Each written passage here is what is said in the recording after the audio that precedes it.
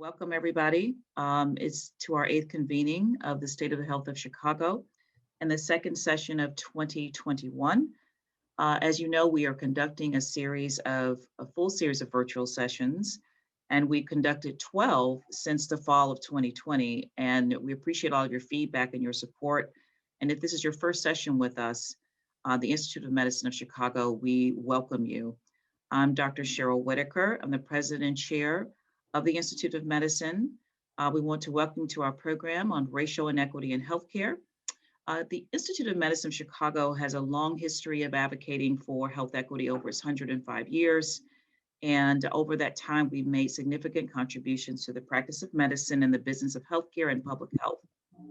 So it's really, I want to thank my board of governors for their leadership and support. You'll be hearing soon from Raul Garza. He's the vice president of the Institute of Medicine of Chicago. Lorenzo Pence is our secretary. Rick Ferraro is the treasurer. And then you see our wonderful board that's been working very diligent this year to make the Institute of Medicine of Chicago a platform that's responsive to the times. And I thank them so much. It's really fitting during Black History Month that the Institute share a few of its historical efforts as an organization. As an example, in 1949, the Institute of Medicine established the African American Health Commission to improve access to healthcare in African American neighborhoods. And Dr. Leonidas Harris Berry, a very well-known African American physician, helped to chair that commission.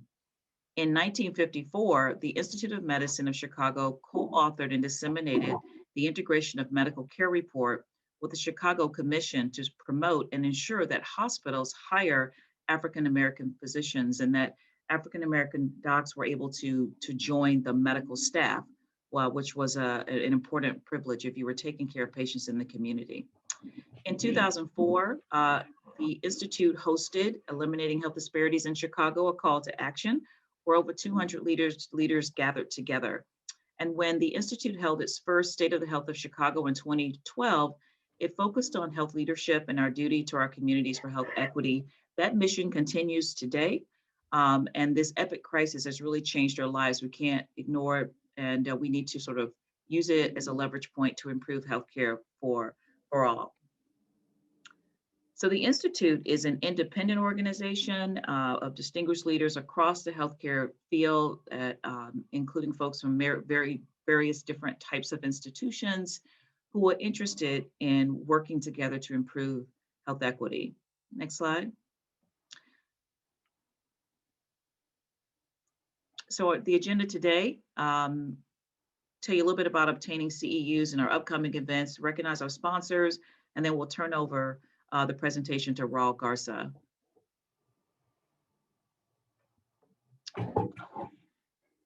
So I want to thank our sponsors.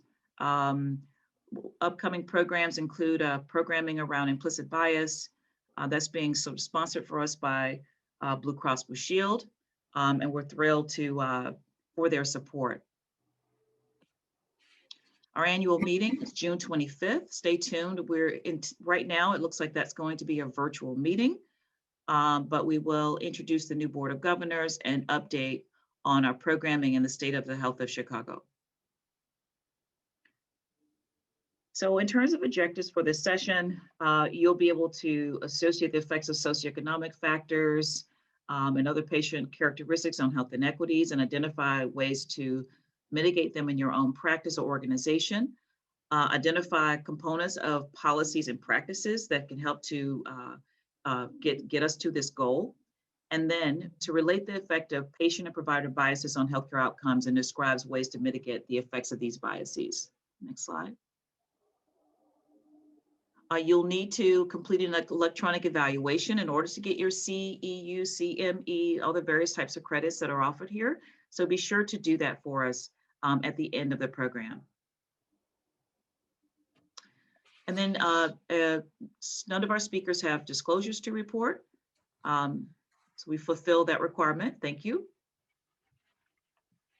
Thank our sponsors, Blue Cross Blue Shield, Northwestern School of Medicine, Rosalind Franklin, University of Chicago Medicine, the Portis Foundation, Michael Reese Research and Education Foundation, the Washington Square Health Foundation, the Hectone Institute, Next Level Health, Aunt Martha's Health and Wellness, Care Advisors, and Golden Square.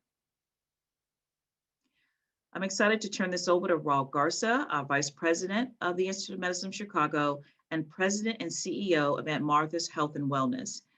Um, Raul leads Aunt Martha's Health and Wellness. It's a $75 million system of integrated healthcare, community wellness, and child welfare services with more than 35 locations, including 23 community health centers across 9 counties. Raul holds a Master of Business from the University of Chicago, a Master of Science in Management Communication from Northwestern University, a Master of Science in Public Administration and Social Science Professions, and a Bachelor of Science in Business and Government from the University of Maryland, College Park. He also holds certificates in improving healthcare and healthcare management and others from the Harvard School of Business. Raul is a phenomenal leader and one for these times, and I want to thank him for all of the work that he does for Aunt Martha's and the rest of our community. And today I want to thank him for his leadership in the Institute of Medicine. Raul, take it from here. Thank you, Cheryl, Dr. Whitaker.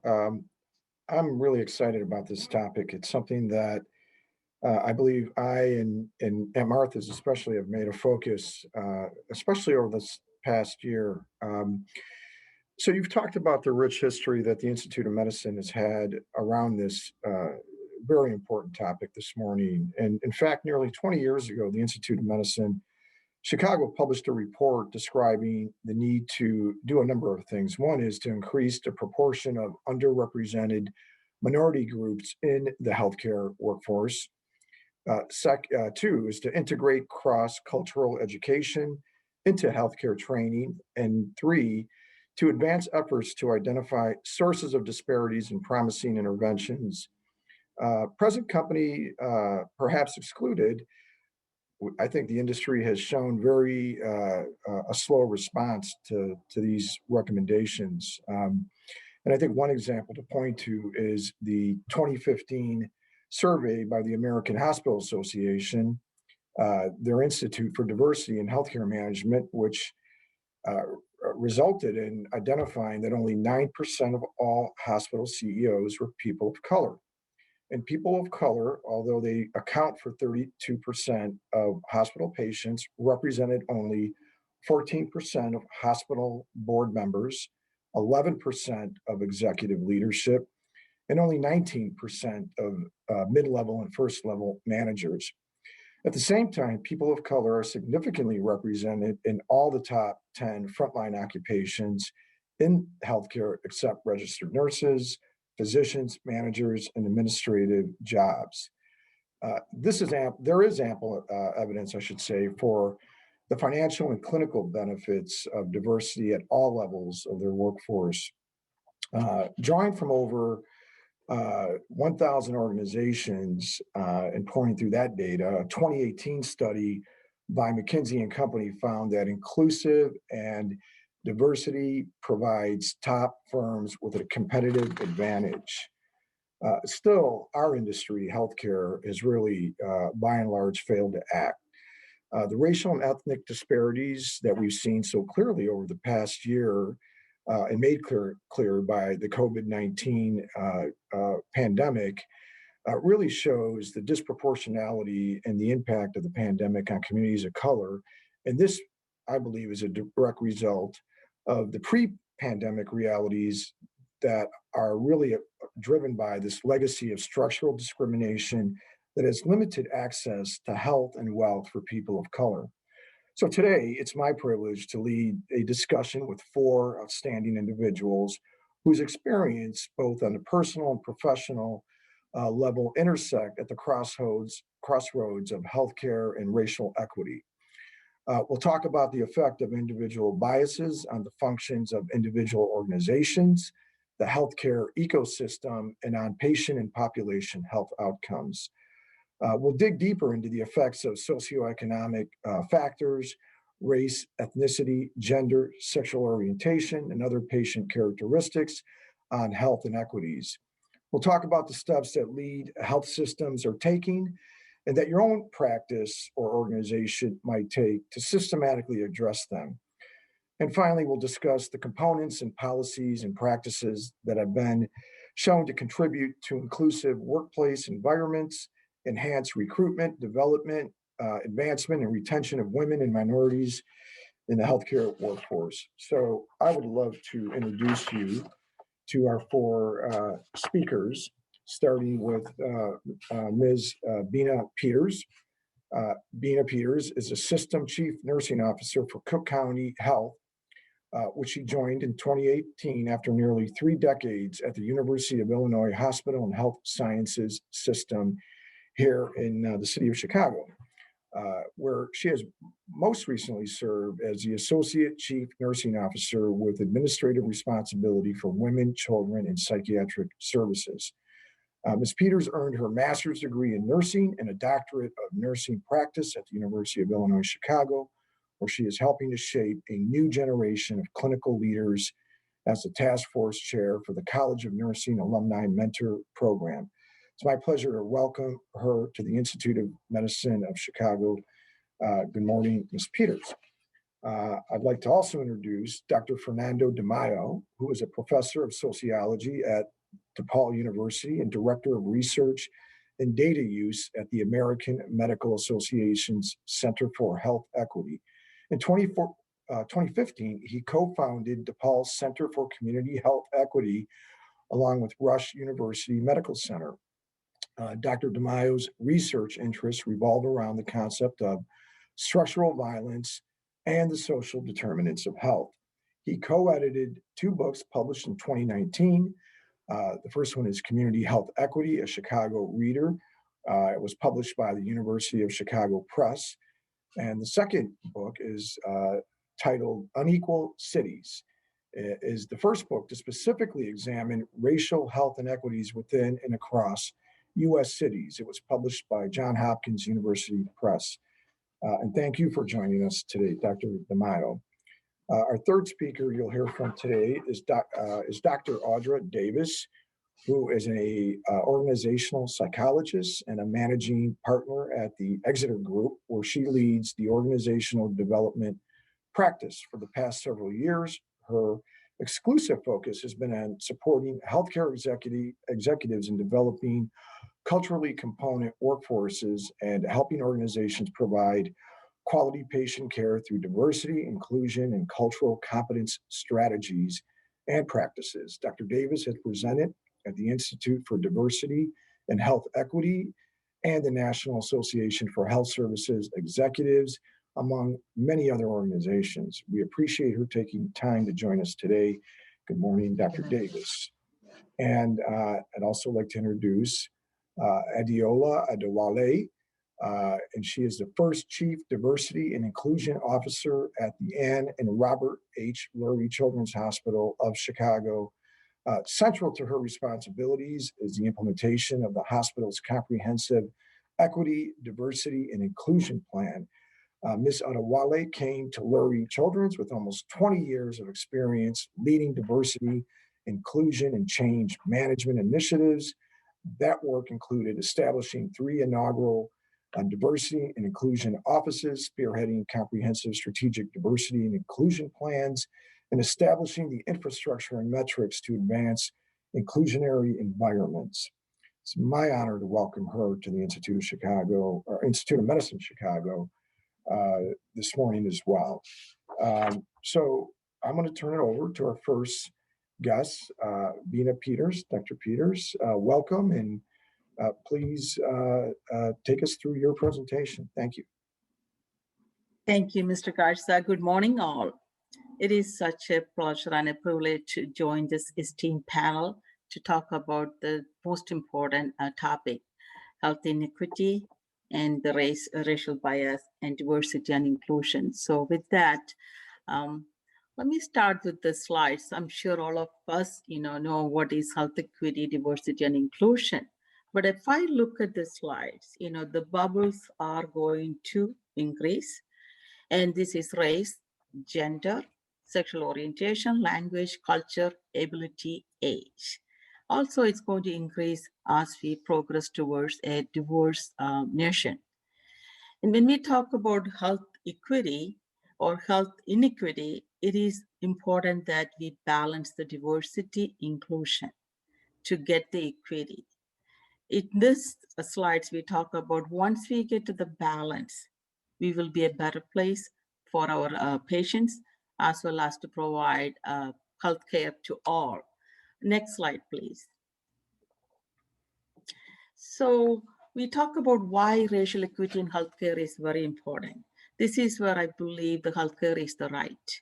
It is not a choice. Every individual has the right to get health opportunity to attain his or her full health potentials, regardless of their race, ethnicity, or socioeconomic background. So it's very important. So when it comes to equity, diversity, and inclusion, comes to the workplace, we know there are a number of studies show that greater productivity, innovation, and engagement, diversity and inclusion workforce enhancement really improve the patient care and the services. And also when we embrace the racial diversity and inclusion, this is where the collaboration is essential for us to really get to research, education, and also engage the community to provide the best care. Let's go to the next slide, please. This is a very busy slide because we have a lot of work to do to get a comprehensive plan with the key objective to advance health equity, diversity, and inclusion in healthcare. The first thing we need to start thinking about organizational commitment. That commitment, when I say it is not in this paper, it can stick with the strategic plan. It's in the paper, we have the committee. And if I reflect back the last 10 years, health system have moved significantly from the principle to practice. So really getting the commitment and putting the leadership structure to advance the diversity and inclusion criteria. To do that, we also have to have a supportive workplace and clinical environment. This is where we wanted to make sure that every employee and the patients and whom are served in the health system feel like included, and leaders has the responsibility to create that work environment. I know there are a lot of innovations in healthcare. Equity should be part of the innovation. So that way we can learn and progress towards innovative health systems. Really in healthcare, we have to take those outside the four walls of the hospital, engage the community, the family into the equity innovation practices. Also to make sure the equitable patient access, that is very important. Today we can talk about number of studies that really talk about health equity and access to care. This is where, especially in Chicago, we have to reach out to and make sure that all the patients, regardless of their ability to pay or socioeconomic background or a race, have access to care. So that has to be part of the principles we built into strategic plans, as well as create dashboards, use data to monitor our success. And also it's a time to think about, I know Mr. Garza talked about, look at the diverse workforce, the leadership structure, the number of percentage of the leaders with the different ethnical background or race background in the board, the leadership. So it has to be an intentional activities for each system to get there. So it's really to get the workforce equity and competency. Competency is a very important piece. I know we talked about implicit bias. It is to be beyond the training of 1 hour or 2 hours. It has to be beyond how do we demonstrate the competency and apply those competency. So it's really a comprehensive approach from a system, the leadership, frontline staff to the patient to really embrace our the goal to have an equitable workforce and also include all the diversity inclusion factors into the actions of the health system. Next slide, please. So this is the slide also talk about equity needs from all of us. This is where we, again, I mentioned about leadership, action, and those action is intentional actions and accountability.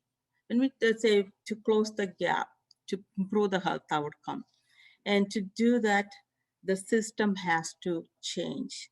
It cannot be the traditional health system It has to be the health system that really understand the community need, understand the people we serve, those needs, and integrate that into the planning. And it's not just a thoughtful, it's not just the how we're going to do it. It is not just one thing we can say, this is what we are going to do. It's really challenging some of the practices and embracing the diversity and inclusion in the workplace and focus towards patient. At the end of the day, I want to make sure that each system should do no harm, or no further harm to any patient. To do that, we need to understand the cultural background as well as the personal individual needs to provide safe patient care. Next slide, please. So each and every health system has the responsibility to make sure that we have balanced racial inequities in our system. So it is, I'm seeing that many systems are actually going towards committing to the resources, to create a structure where everyone can really reflect and say, what do I need to do? What do we need to do to address the racial inequities in health system and to create a diverse and inclusive workforce. Implement equity, diversity, inclusion, and also training. Training is very important. So it should be mandatory training. The other piece, we have to start look at the recruitment. How are we recruiting employees that reflect the patients we serve and also the community we serve? So that's why it has to be a workforce planning, has to be integrated into getting into the community and engaging, and it has to be an intentional effort.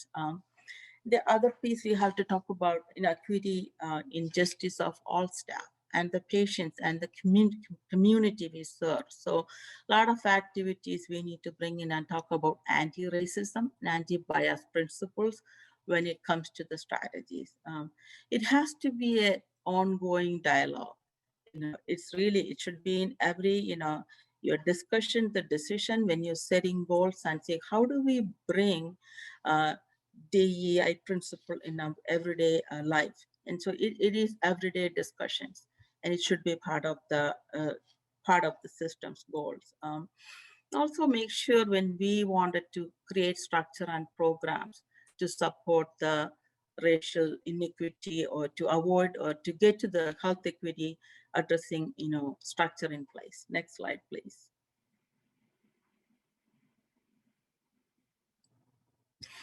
And I mean, Cook County has the rich history of 180 years of serving the community. And I'll tell you why, for me, it's very important why I joined Cook County is the mission for health equity, the mission for serving the community.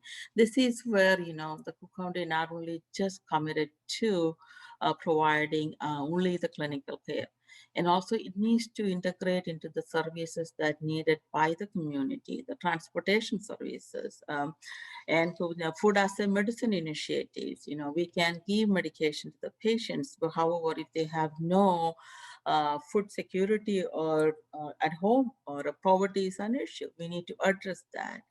Financial support, connecting patients with the financial support. We have a care link program that takes all the patients, regardless of their pay status, to get the care. So also recently, we also have a health equity innovation center. This is where we really talk about, bringing grants and other information to create an innovation center that focus on health equity and also address the racial bias, address the racial inequities, and also to address the health inequities in the system. Next slide, please. Yeah, so this is where I just wanted to kind of share that the team is my philosophy of the principle is cultural differences should not separate us each other, but rather cultural diversity bring a collective strength and can benefit all humanities. That is including patients, especially when we are in healthcare. It is the time you take action today to build an equitable tomorrow. So every individual has to get the right care there to serve. Thank you. Thank you, Bina. Excellent presentation. We're just going to move right into Dr. DeMaio's presentation, and then we'll come back after Ms. Adewale and do a Q&A. So Dr. DeMaio.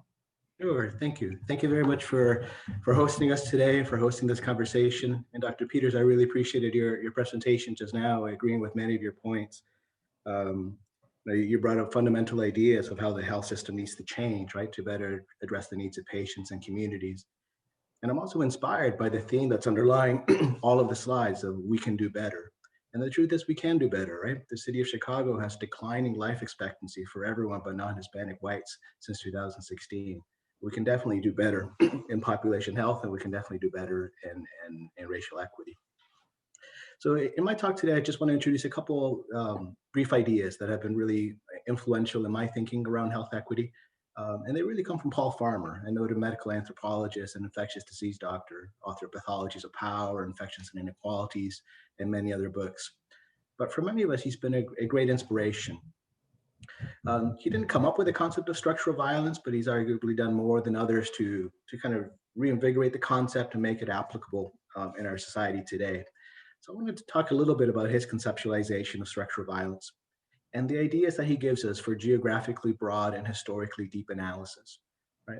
And we have similar ideas here in Chicago already, right? If you look back at the writing of Steve Whitman and the fantastic work of the Scion Urban Health Institute, they were very clear that to understand the health of North Lawndale today, we need to understand the history of our communities, right? We need to understand what's happened in our communities in the 1960s and before, right? To address asthma and diabetes, heart disease today, we need to understand that history. And we also need to be able to compare, right? We need this geographically broad analysis that will help us to understand North Lawndale or Austin, Englewood, any community that we're focusing in a deeper context.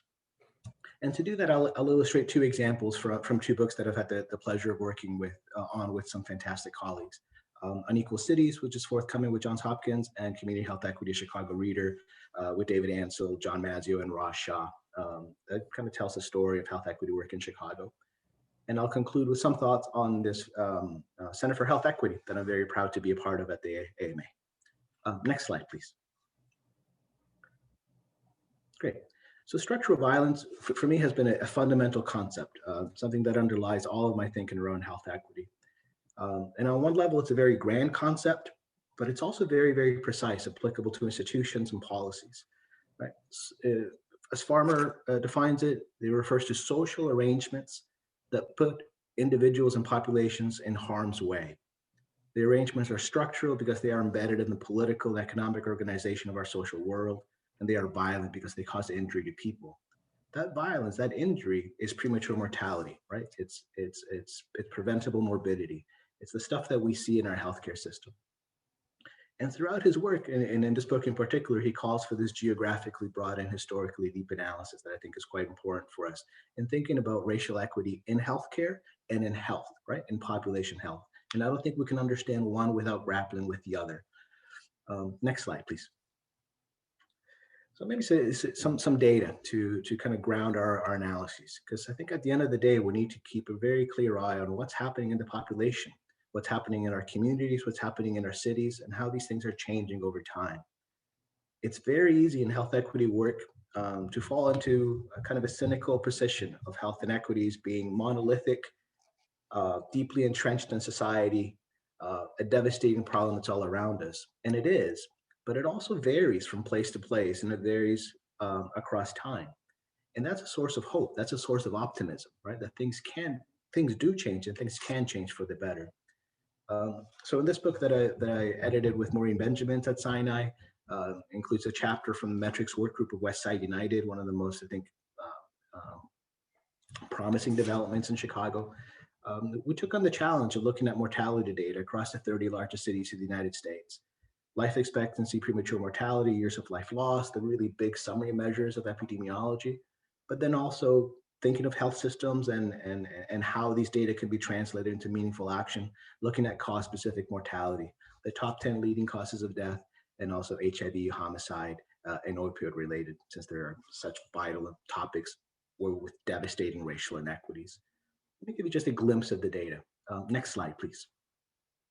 And this is where there's it's devastating on one level, but there's also, I hope, a seeds of optimism. So if we look across the United States, one of the best indicators that we have about racial inequities in population health would be at all-cause mortality rates. Right? These are age-adjusted, all-cause mortality, and we're looking at black-white rate ratios. If we had racial equity, we would have a rate ratio of 1-to-1. Across the United States, the black bar in the middle of the chart, we have an odds ratio for the entire population of 1.23. Right? So blacks have a higher mortality rate, that's 23% higher than whites across the country. But recognize the variability, right? In Washington, D.C., it is 2.2 times higher. In Jacksonville, Columbus, and Boston, the rate is far lower.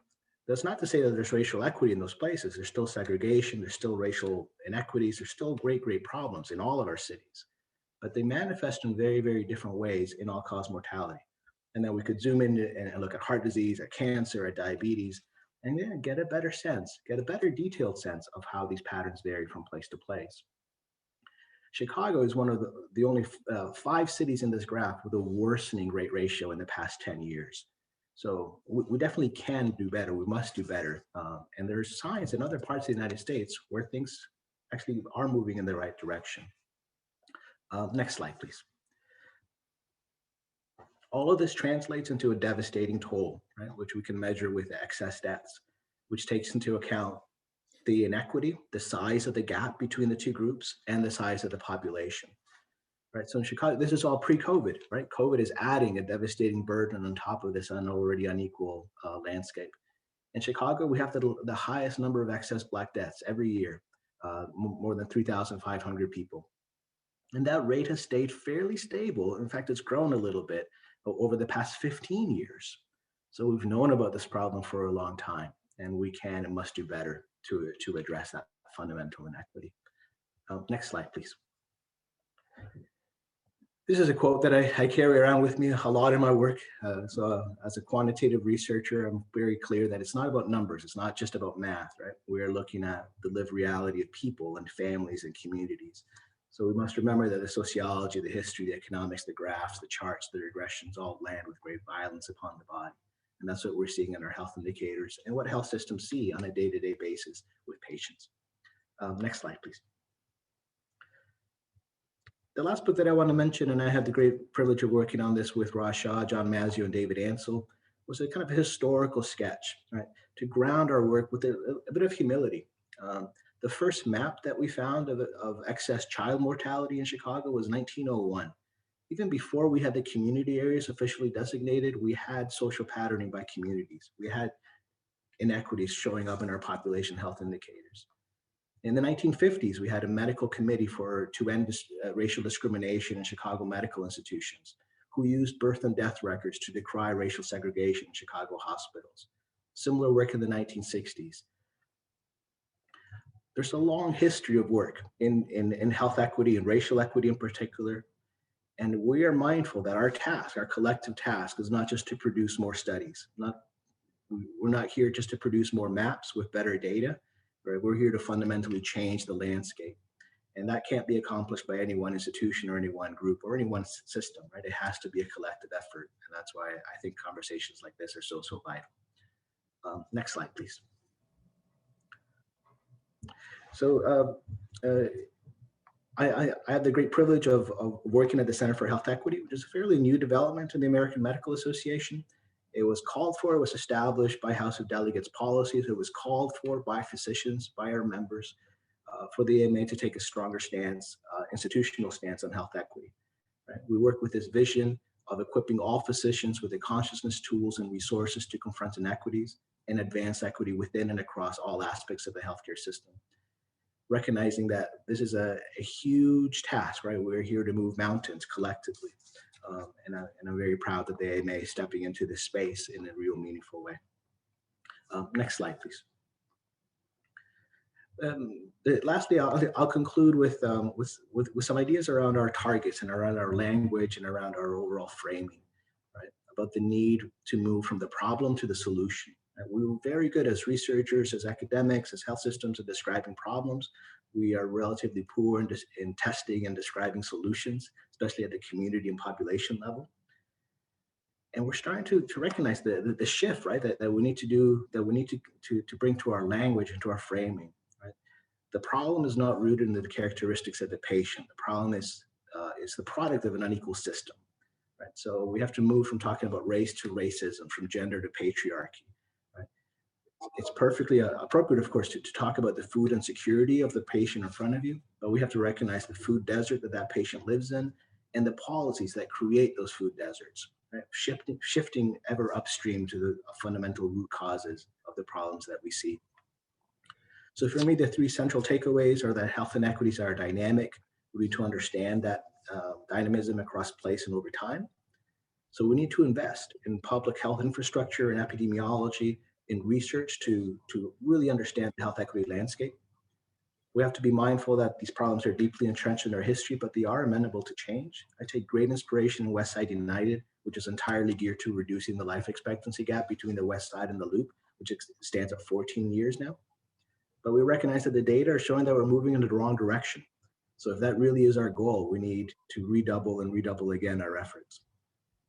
And lastly, to fully understand healthcare inequities, we need to grapple with the larger structural drivers of population health as well. So thank you for your time. I'm thrilled to be here with you today, and I look forward to the conversation. Thank you. Thank you, Dr. DeMaio. Very good presentation. I'm going to move right in to introducing Dr. Audra Davis. Thank you. Thank you for the opportunity to be here today and for the panelists who spoke ahead of me. I'm going to add to the conversation and pivot a little bit and focus a little on workforce and suppliers. Whenever we embark upon our partnership with organizations, we spend a fair amount of time looking at data. We've talked about data, a lot this morning already, but it's really the crux of identifying strengths that organizations are demonstrating with diversity, equity, and inclusion, as well as highlighting opportunities that need to be addressed. Qualitative data is equally as important as quantitative data, qualitative interviews and focus groups and surveys, and quantitative really analyzing raw data and identifying what those significant differences are between subgroups. We like to look at the organization holistically. So it's looking at employee data, patient data, community data, supplier data. And I'm going to hone in today on employee and supplier data to add to our conversation. The other piece I wanted to mention is looking at policies, processes, and practices. Dr. DeMaio just talked about policies creating a lot of the inequities and disparities that we see. And so we spend a fair amount of time looking at those to identify opportunities for enhancements. Next slide, please. Particularly around workforce, understanding differences in how employees fare across the organizations is really important. If I were to ask you, as part of this call today, where do you know where different employee subgroups fare in your organizations across recruitment, performance management, terminations, who's being advanced, who's being developed? So that's really important to know how employees are faring across these different employee life cycle variables. And I'm talking about race, ethnicity, and gender, and age, and org level and function. All of these things matter. At the same time, though, looking at policies and processes, sometimes the most well-intentioned policy, we're going to give people the benefit of the doubt. The policy was written to create perhaps some opportunities, but they can really create inequities for different employee groups. A lot of organizations provide tuition reimbursement for employees. It sounds great on paper, but if I have to worry about paying my rent and my light bill and getting food, paying thousands of dollars or hundreds of dollars even up front for schooling is not really accessible for me. Access to training and development. I had an organization rolled out a program where employees could go to a local community college after work to attain a certification. Well, so if I have to go the opposite direction from home, I already have enough challenges getting here to work, but now I have to go the opposite direction for a class and then worry about getting back home. I have my kids, I have, it's just, it wasn't a realistic or equitable policy. So it's really important to think about how policies may not really help people, even though they are designed to help people. Okay. Next slide, please. I have two case studies. This is a case study that really highlights the importance of looking at data by subgroup. This is an organization. One of the hospitals in the system had significantly higher termination rates. Hadn't looked at it before till we came in and took a deep dive into the data. And the question was, well, why would one facility have significantly higher termination rates compared to other hospitals in this system? Kept looking at the information, looking at the data, and found out that people were being fired because they were late. Well, once we spoke to the employees to understand what was going on, well, they were all carpooling, right? The public transportation was not reliable. They were all carpooling. We actually worked with the train station to give them a tardy pass. So when they were late for work, when the train was late, they got a tardy pass that they could then take to work. Did training with the managers. They actually created a new hospital app to really track the shuttle. So these are things that would not have happened had it not been for taking a deeper dive into data and really speaking to employees to understand what their unique challenges were. Next slide. Okay.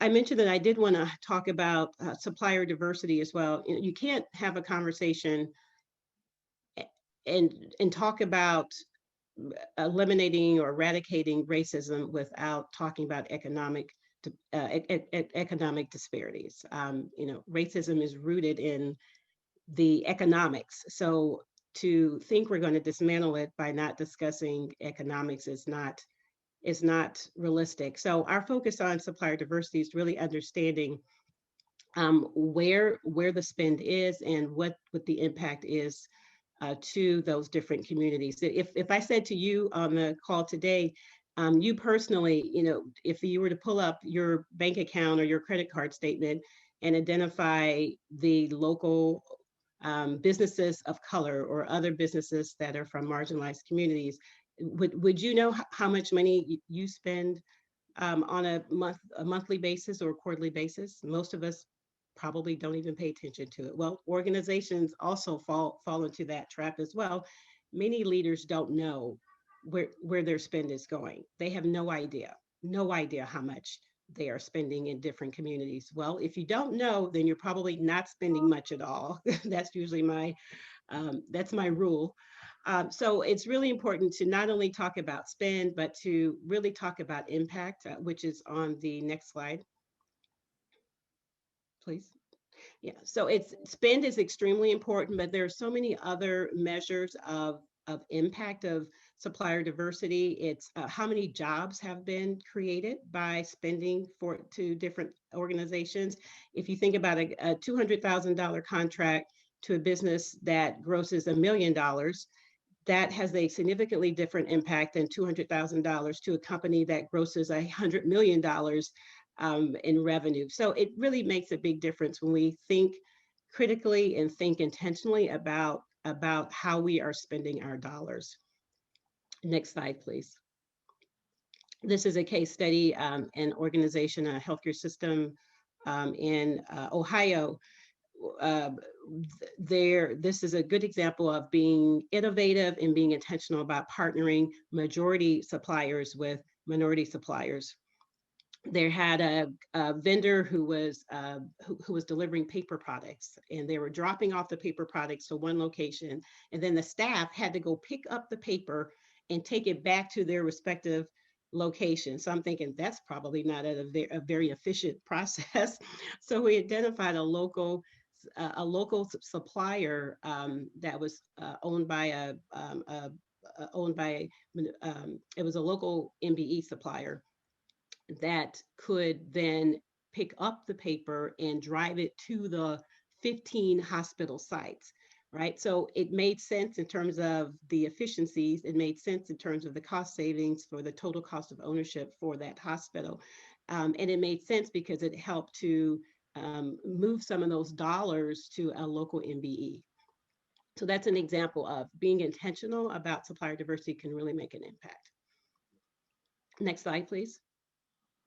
And I'll end with some best practices to really looking at disparities and inequities across all the groups, identify causes that really contribute to disparities, identify blind spots. Sometimes they are conscious and sometimes they are unconscious.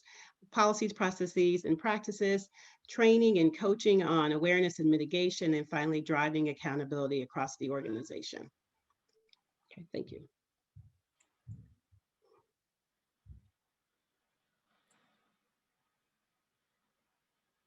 Next slide. Okay, there. Okay, great. All right, I'll go ahead and jump in. Thank you for this opportunity. Good morning to everyone. Oh, Raul, did you want to introduce me? No, sure. Again, Ms. Sadawale, please go right into it. Thank you. Absolutely, thank you. So thank you for the opportunity to share what Lurie Children's is currently doing to advance equity, diversity, and inclusion. I want to start by sharing something that our president and CEO, Dr. Shanley, has stated. And what he says is that our institution is more effective in fulfilling its vital mission when people of all colors, ethnicities, identities, abilities, and perspectives work together to create a healthier future for every child. And it's this core belief which was the starting point for creating the Office of Equity, Diversity, and Inclusion just 1.5 years ago when I joined the organization. On the next slide, you'll see some framing that was used to guide and advance this work, because a lot of people asked, okay, where are you going to start? I did a lot of listening, a lot of learning, asked a lot of questions, and had lengthy discussions with employees, faculty, staff from across the institution. And on the next slide, you'll see some of the results or the high-level organization of the opportunity assessment that I conducted during my listening tour. And what I gleaned from those conversations was that there's quantifiable and anecdotal evidence that within our institution, there are institutional legacies that have perpetuated structural inequity. We are a predominantly white organization. Our patient population is the inverse. It's predominantly culturally diverse. When we look at our patient and family experience scores, when we disaggregate that data, there's opportunities for improvement, especially as it relates to the way that our nurses interact with our with our Spanish-speaking population. So there are a lot of structural inequities that we see in the social arrangements in society that have also fed some of the inequities that we see and that are kept in place within our organization.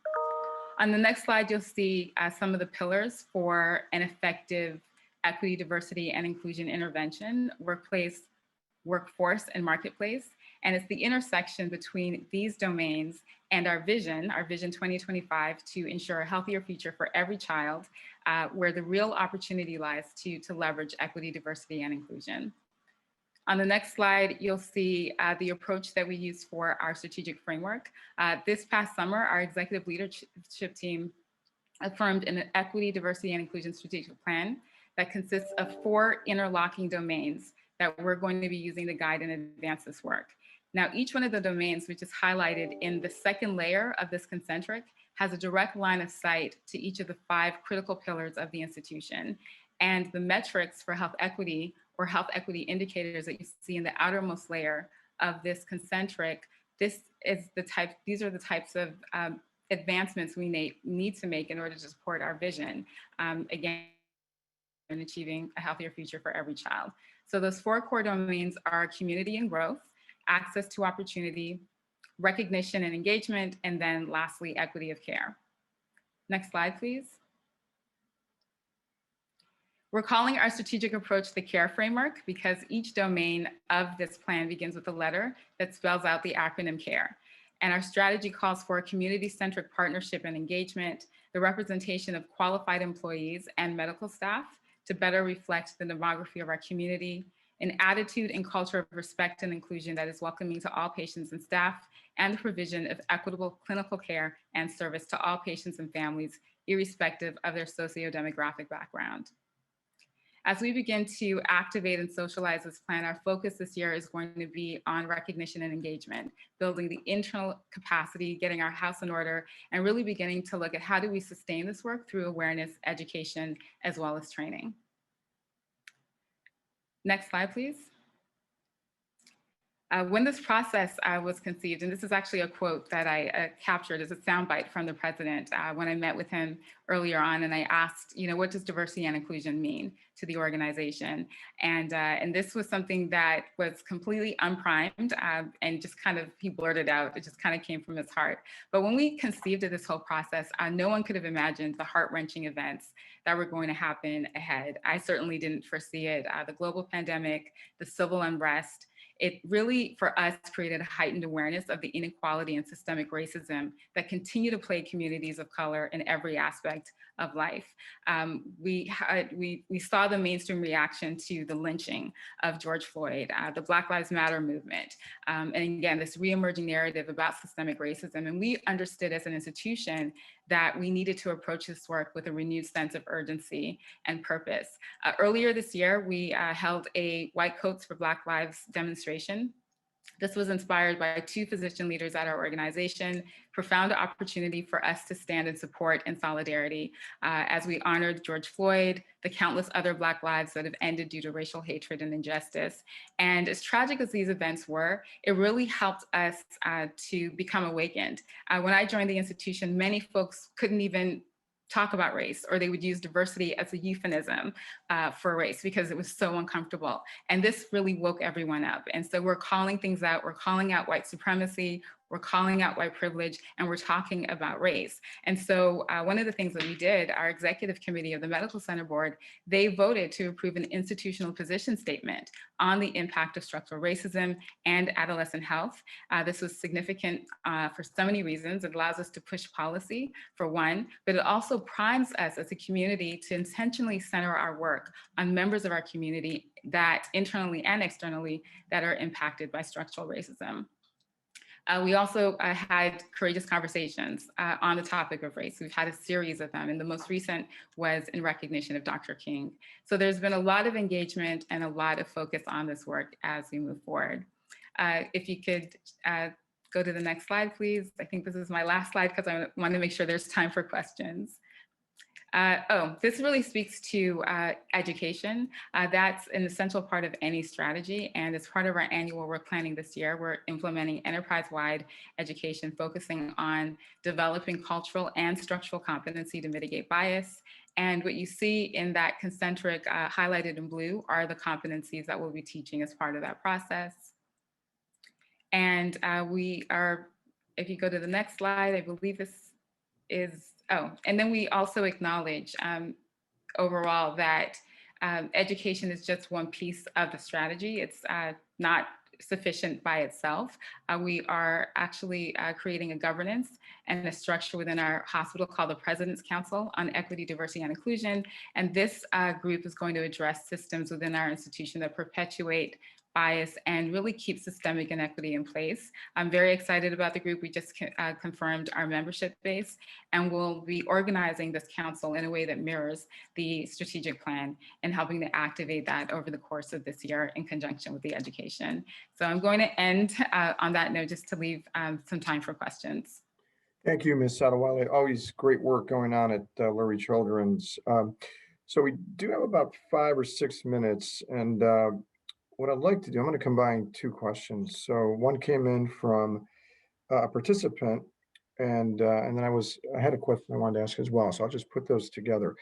So what do you think it will take to bend the curve if so many developments and focused discussions have been had in Chicago over the past few years, and for that matter, the century, but the gaps keep widening? How can we move from talk to action? And the question I had planned to ask was, are you confident that the current positive momentum, at least in elevated conversations around DEI, can be sustained and really more so, I think, transform or translate into action? So let me go with our last presenter, Ms. Adewale. How would you respond to that question, please? Sure. I think that, our community, they are demanding change. They expect it.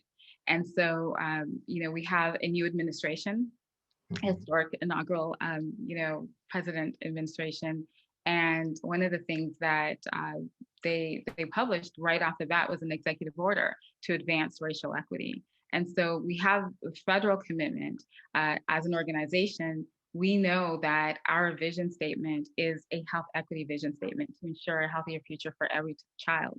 And so the way that we sustain this work is by ensuring that we tie this work naturally. I mean, if we're in healthcare, for example, one of the pillars of quality is equity. And so this is just naturally a part of what we do. And if we aspire to live out our mission, it's important that we're embedding this in our work in a daily basis. And that's why we're putting together the governance to keep this work at the top of our mind, and that we constantly work to act upon those intentions. And so absolutely, we keep it sustained by ensuring that it's aligned. And it's aligned with our pillars, it's aligned with our strategic objectives, and ultimately aligned with our vision. Thank you. And I'll just add one point. I also think that policy change, and I think it'll hit us at a local level too in Illinois. I've had the opportunity to meet a number of times with the new speaker, Chris Welch, and I know he's committed. He's done a lot of work in this area. And it's a major focus of his coming into his new role as Speaker of the House for the state of Illinois. Let me go right to Dr. Peters with the same question. So I do wanted to kind of say that I have seen changes, at least in the last 5 years. And in my experience, this is kind of the passion. I've seen also those goals is set in the paper. This reminds me to say that people look for diverse background people to be part of the diversity and inclusion committee, but then the work stayed with the committee. But in the last couple of years, if I look at it, things are changing. And I just want to give an example of Cook County Health System, where I looked at the leadership structure. I focus on nursing leadership structure. This is where I see a gap between my patient population as well as also the staff. We struggle to recruit senior leaders within the same staff population. So creating some intentional decision, going out there, creating job description very specific to bilinguals or other things are happening. So for me, my comment is a lot of work to do, but I think the momentum already started. And I think this discussion like this bring all the leaders together. This is not just the health system issue. This is going to be a community issue.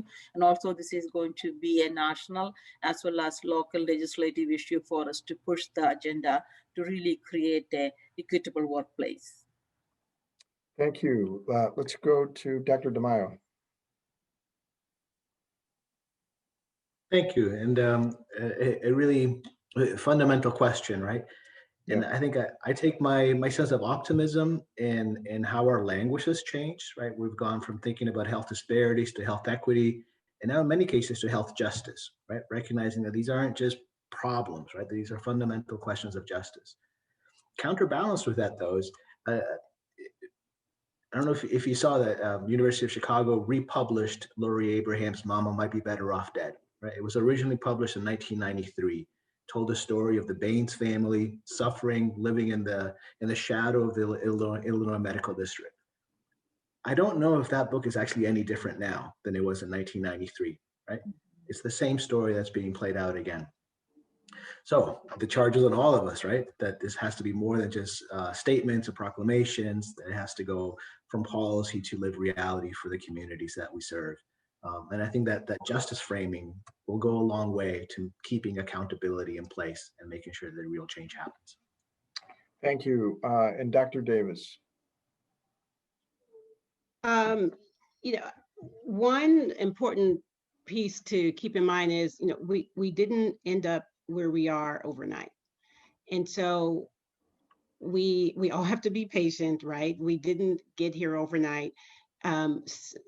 Change is going to take a long time. And as long as we are keeping our focus on the data, making those changes, evaluating our efforts, making changes as needed, and holding people accountable. That's one of the biggest challenges that I see in this work is um, leaders not being held accountable, and they continue to be in roles and not make improvements. So I think until that happens, where there is accountability, we're probably going to see some challenges in making some of these changes. I guess I am encouraged. I have one system in mind where the employee resource group has driven a lot of the changes for workforce, for suppliers, and that's very rare to see that employees really coming together and enacting that kind of significant change. So that gives me hope. Gives me hope. Great. Well, thank you. We are at time, but I've only seen just a few people drop off, and it's such an important topic.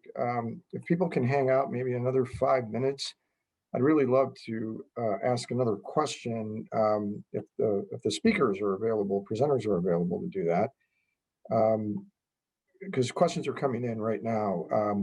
So let me just go right into another question. Healthcare is essentially trying to medicate social conditions. How do we create, and I really love where this is coming from, how do we create a cross-sector integration between the emergency departments, social service organizations, and community level providers to get a whole personal model that is equitable for the people we're serving?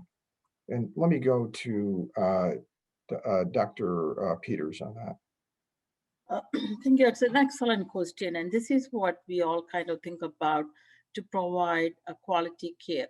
It is essential that we bring all the entities together.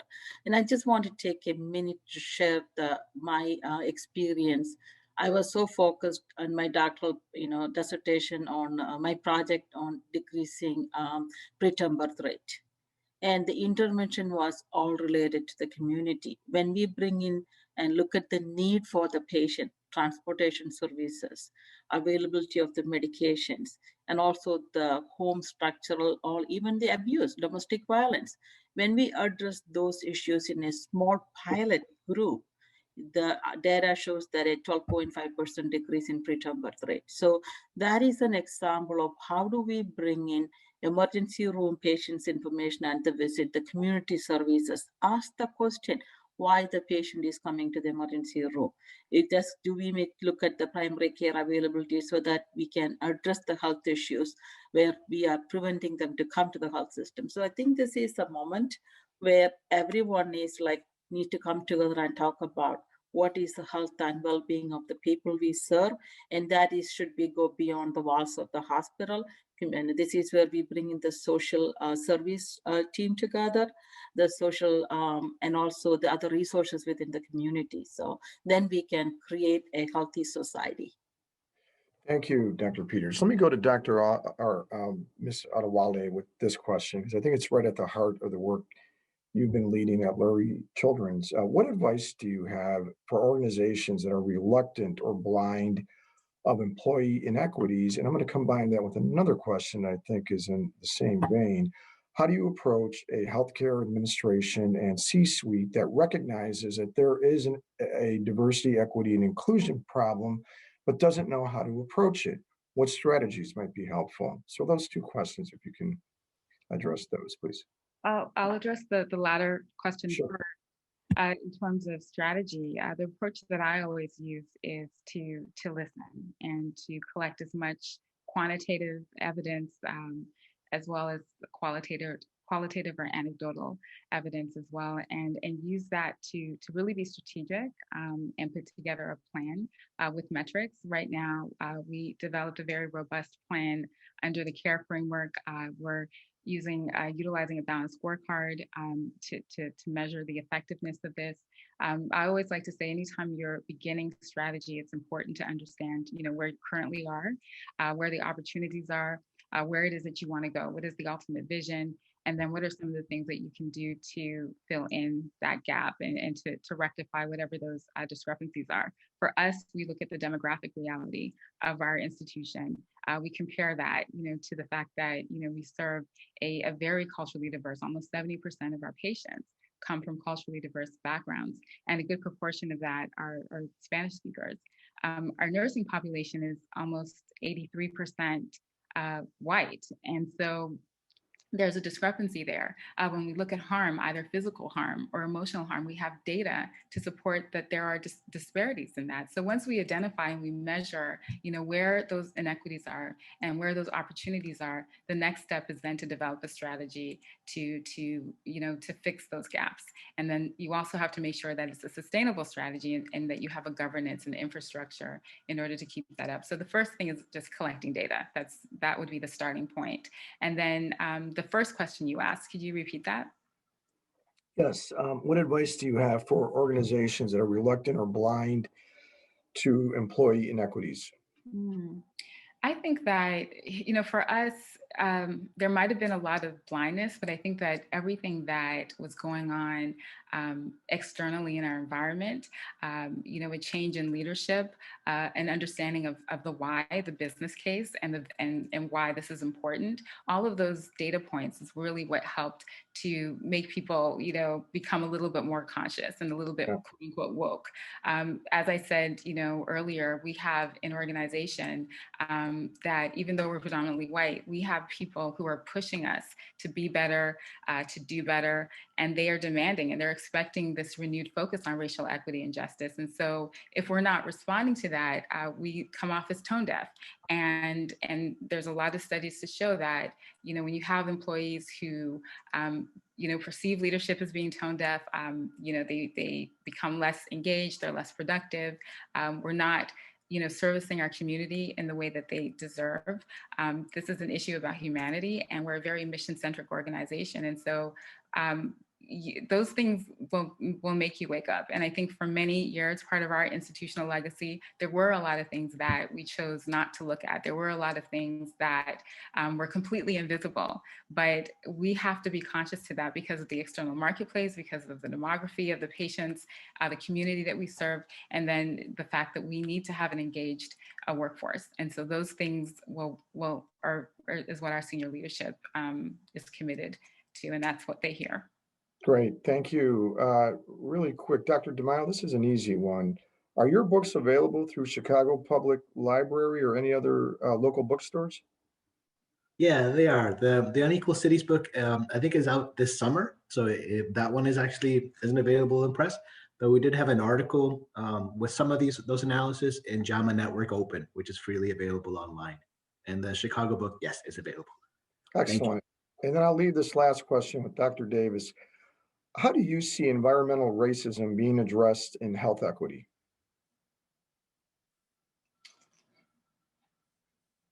Wow, that's environmental racism addressed in health equity. If I understand the question correctly, I believe they're talking about the environment in terms of where people live and work and play. So if I look at one of the things that we encourage organizations to do is look at patient high-risk zip codes and layer it with employee high-risk zip codes, because you'll see a connection between the two. So we talk about patient disparities and inequities. Well, our employees are facing those similar challenges as well. They just happen to be able to get to work every day. So I think approaching it holistically and realizing that your similar groups have similar challenges, I would recommend that as a way to really focus on the inequities that exist across patients as well as workforce. Great. Well, we've gone 10 minutes over. I certainly think this is a topic that we could discuss for a lot longer than what we were able to give to it today. But I want to thank all of our speakers again, Ms. Adewale, Dr. Peters, Dr. Davis, and Dr. DeMille. Thank you for your time. You're very generous. Excellent presentations. They will be made available, as well as the full presentation. So on behalf of the Institute of Medicine Chicago, I want to thank everyone for joining us this morning. Have a great weekend and stay healthy and safe. Thank you. Thank you.